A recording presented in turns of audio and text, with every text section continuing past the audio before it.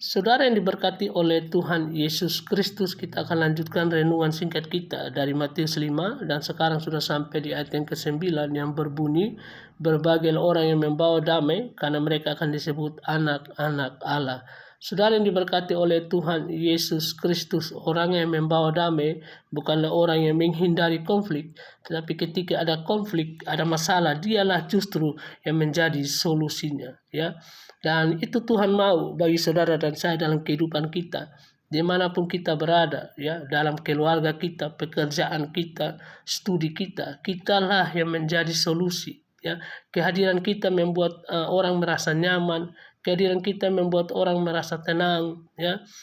Kita bukan menjadi troublemaker, tapi kitalah pembawa damai itu.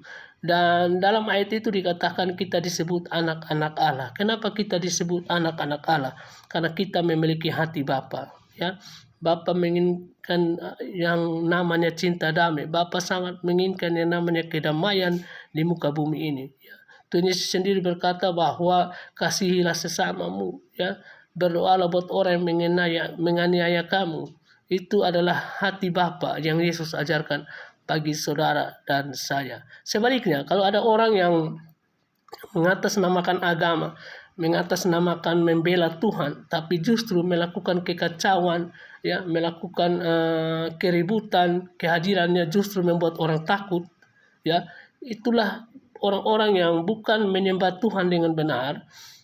Orang-orang itu bukan disebut anak Tuhan, tetapi justru anak setan. Karena hanya setan sajalah yang menghendaki yang namanya perselisihan. Hanya setan sajalah yang menghendaki yang namanya keributan, kekacauan, ya. Jadi kalau kita mau disebut anak-anak Allah, marilah bawa damai dalam kehidupan kita dimanapun kita berada.